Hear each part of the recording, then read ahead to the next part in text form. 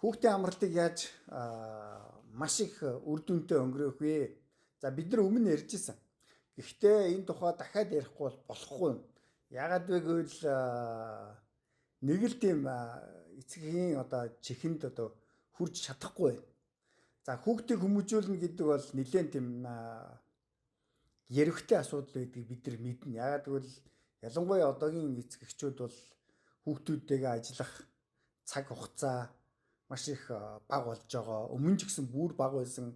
Ялангуяа бидний бага үед бидрийг бага байхад бол аав ээж нар маань социализм, коммунизмын техник бүтээн байгуулалт хэлээд тийм зүйл босгоод үнэхээр завгүй байсан. Гэхдээ одоо эргээд харахад бас бидний үеийн хүмүүсийн хүмүүжил одоогийн хүүхдүүдийн хүмүүжилтэй харьцуулахад уг нь бол суур нэг сайн тавигдсан гэж бодогддог.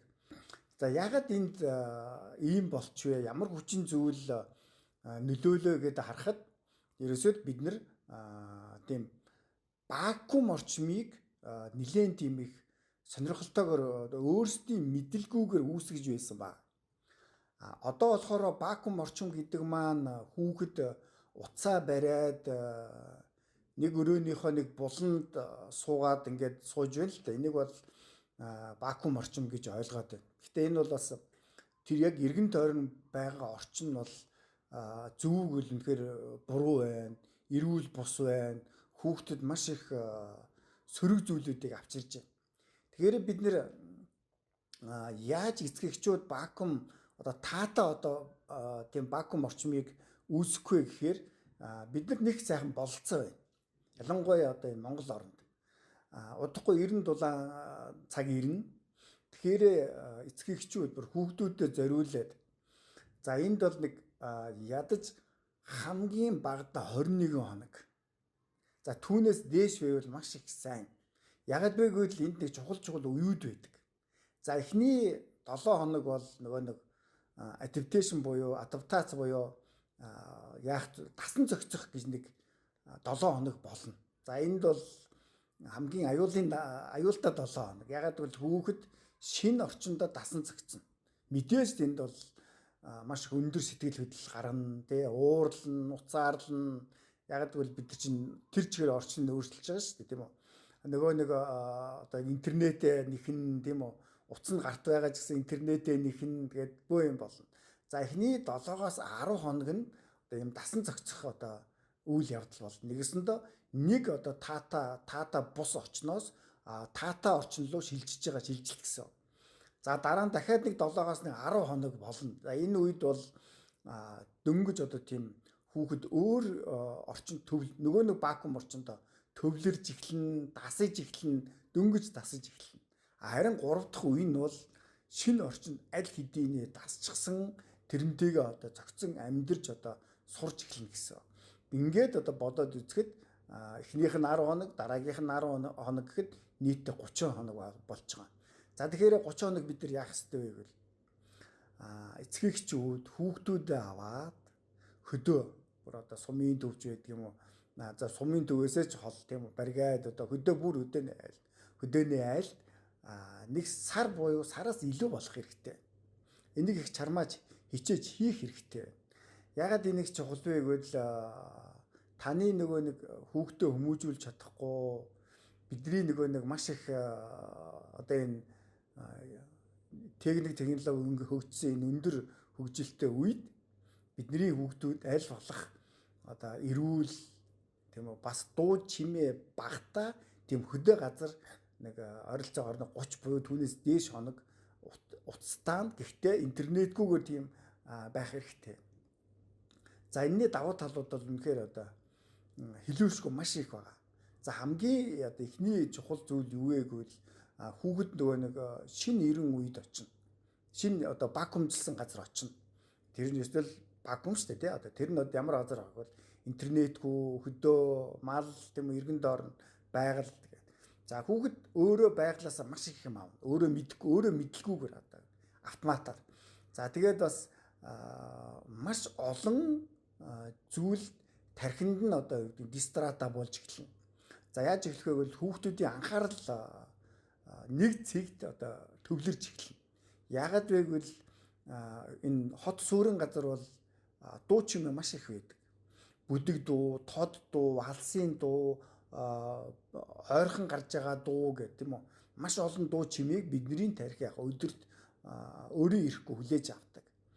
Харин хөдөөд бол хүүхдийн тарих бол яг тийм байглаараа байдаг маш одоо үгдийн зөв тавтамжтай дуу чимээнүүдийг маш ихээр авна. За энэ бол өглөөний шуудын жиргээ. Энэ бол одоо үгдийн жинхэнэ байгалийн одоо стресс тайлах дуу нам давтамжтай дуу чимээнүүд. Энэ бол үнэхээр одоо үгдийн орчин үед сүүлийн үед бол энэ тухай маш их яригдж байгаа энэ дуу чимээ. За дараа нь нүдэнд үзэгдэх байдал. За хотод дотор бол мэдээж одоо 2 м, 3 м тийм үү. Тэгээд нэг 20, 30, 200, 300 метрт за яг хамгийн дээд л нэг 500 м дотор бидний хүүхдүүдийн үзэгдэх орчинд бүх юмс өрнөж байдаг. Ерөөсөө нэгсэндээ одоо бид нар өөрсдөө энийг мэдэхгүй байгаа юм. Анзаарахгүй байгаа юм. Ерөөсөө бидний одоо энэ нүүрний өмнө л яг бүх юм өрнөж байдаг. Энэ их муу талтай. Яагаад гэвэл тархинд тэр олон дүрс, тэр олон хөдөлгөөнүүдийг ялгах чадвар гэж бас байдаг. Энэ тийм энэ их суларж өгдөг. Нэг л тийм үргэлжлэн бүх юм нүдэндээ тулдаг. Хөдөө болохоор нөгөө нэг горизонт тийм ээ тал нөгөө нэг одоо бүр 200-300 метрээс цааш юмыг бид нар харах хэрэг болдог. Энэ бол мэдээж одоо эрүүл мэндээр бодох юм бол нүдний хараанд сайн. Нөгөө талаар бодох юм бол хүний тарих одоо өөрийн ирэхгүй үзэгдэх орчноос холбоос аваад амарч эхэлдэг. Тэгсэндээ энэ бол хамгийн том амралт бий болдог. За дараагийн нэг зүйл нь бол мэдрэхүү. За бид нар энийг бол нэг тийм сайн анзаардаггүй зүйл юм байна. Ер нь бол энэ хот энэ орчинд бол мэдрэхүү бол маш их өндөр байдаг. Нэгсэндээ айдас тэрнээс ирж байгаа юм кортизол буюу тийм сөрөг зүйл маш их байдаг. Тэр машин их ойртож ирдэг, тэр нохоо их ойртдог, энэ хүүхэд их ойртдог. Ер нь бол бие биентэйгээ тийм чагцалдаж одоо юм жижигхэн талбайд нийтдээ бид нар маш олуулаа амьдэрдэг. Тэгсэндээ хүрэлцэхгүй бол одоо тэр үедээ л одоо хүүхдийн биеинд ямар нэгэн зүйл хүрэх магадлал нь маш их өндөртэй болдог. Хөдөө орнуудад энэ бол одоо тэнүү, хязгааргүй одоо маш их уужин болонгууд хүний бие яг энээс бас тайвшрал авдаг. Дараагийнх нь үнэр гэж байгаа тийм үү. За үнэр бол мэдээж одоо хотын орчинд бол маш олон үнэрийг бид нар авдаг. Гэтэл хөдөөд бол дандаа бид нар эрүүл зөв үнэрийг авна. Тэндээс бид нар. За 3 дахь хамгийн сүүлийнх нь 5 дахь мэдрэмхээ бол амтлах. За энэ дээр бол үнэхээр эцэгчүүд бол хөдөө хүүхдтэй гарснараа бол хамгийн том амжилтыг олно. За хотод бол надаар хэлүүлдэггүй мэдэн тийм үү. Маш олон амтлахаа хүүхдүүд амталдаг.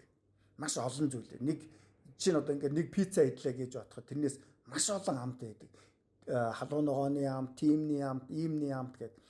Энэ амт хэдий чинээ их болох тусам бидний эрүүл мэндэд төдий чинээ муу байдаг эсэргээр.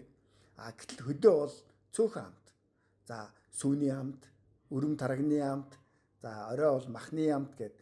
Нөгөө нэг амталдаг амт маань хэдий чинээ цөөрн, төдий чинээ соргог, төдий чинээ бидэрт биеийн дархлаанд сайн болж ирнэ. Ингээд бид нар яг 5 хүүхэд тийм үү? Өөрөө 5 мэдрхүүгээрээ гаднаас маш их сайхан зүйлийг авчирна. Авна тийм үү? Маш их одоо 50 зүйлийг 50 зүйлийг авахд бидний тэр хүүхдүүдийн маань тарих төдий чинээ одоо тайвширна гэсэн. Тарих тайвширхаараа яг бүх одоо дараагийн одоо сэтгэл зүйн сэтгэл зүйн зүйлүүдэд мэдээлэл өгнө. Би тайвширж байна. Одоо та нар тайвширх хэрэгтэй гэдэг. Нэгэсэндээ бүх булчингуудад яг мэдээлэл өөрөө цацна. Нэгэсэндээ одоо тарих би одоо энэ хөдөө гараад сайхан тайвширчлаа. Харин одоо та нар яг тайвшир гэх бүх мэдээллийг дамжуулна. Тэгээрээ энэ одоо нэг хөдөөнд байх юм нэг сар ч юм уу сараас илүү юм багүмжлсан байдалд энэ бид нэр хүүхдүүдтэйгээ байна гэдэг бол энэ бол манай хүүхэд тийм үү дахиад 1 жил одоо тисэх энэ нэг хэцүү орчинд тисэх бүх сайхан зүйлээ тэндээс бид нар авч байгаа. Тэгэхээр энэ зүйлийг бид нар ашиглах хэрэгтэй байна. Хүүхдийнхээ одоо бие гэдэг юм уу? Ялангуяа одоо энэ тархийг одоо маш их сайн амраах хэрэгтэй байна. Тархи амрах юм бол одоо тэр чинь тэгээд бүх булчингуудаа яг би сайхан амарж яах гэсэн мэдээлэл дамжуулна. Булчингууд сулраад эхлэхээрээ бидний үйлдэлүүд сулраад эхэлнэ. Үйлдэлүүд сулраад ирэхээрээ бидний одоо сэтгэлийн янз бүрийн одоо дэлгэсэл тийм үү? Сэтгэл зүйн одоо асуудлууд тайвшраад нам болоод эхэлнэ. Тэгэхээр одоо энэ одоо нэг сумаар нэлээд хэдэн тулаа будчих ийм боломж одоо Монгол улсад маань яг одоо зуны цагт маш их ашигтайгаар ирдэг ээ. За ингээд бяцхан зөвлөгөмж өгөхөд бол өнөөдөр хүүхдийн одоо аллерги буюу харшил гэдэг зүйл юм нэлээд их ихсэн. Ер нь бол сүүлчийн мэдээгээр бол 3 хүүхдийн нэг нь гэж яригдж байна. Гэхдээ энэ тоо бол нэлээд тийм наашлах шинжтэй байна. Нэлээд тийм аюултай зүйл рүү орж ирж байна. Тэгэхээр хөдөөд нэг сайхан зүйл байдаг. За энэ бол өтөг бууц. Нөгөө нэг хоньны одоо хотонд байгаа нөгөө нэг биднэр л одоо нэг хоньны баас гэд цээрлээд яагаад байгаа шүү. Тэр бол үнэхээр одоо гэдэг юм хүүхдүүдийг эмчлэх ялангуяа энэ төлөв нүцгэн явахад яг эмчлэх аллергинд бол маш сайн нөлөө үзүүлдгийг нэлээд хэдэн жилийн өмнө бас энэ Японы билүү те эрдэмтдтэй манай эрдэмтэд нийлээд ийм судалгаа гаргаад дүгнэлтэнд хүрээд ирсэн. Тэгэхээр энийг бол ер нь бол заавал энэ эрдэмтэд нэг ийм гаргалаа, тийм юм сайн байна гэхээсээ илүү одоо энэ хуучны одоо энэ заншил ёс бид нар чи өглөө босоод хоньныхаа хотыг л малтдаг байлээ шүү дээ. Хурц юугаар малтуураар хөл нүцгэн. Яг түүнтэй адилхан ийм зүйл хийх юм бол маш их ашигтай болноо. Тэгэхээр одоо энэ хөдөөний ийм сайхан вакуумжилсан газар хүүхдүүдээ сайхан тархийг одоо нам одоо эдгэж одоо тайвшруулж авах хэрэгтэй. Ийм сайхан зүйл ирж байна шүү.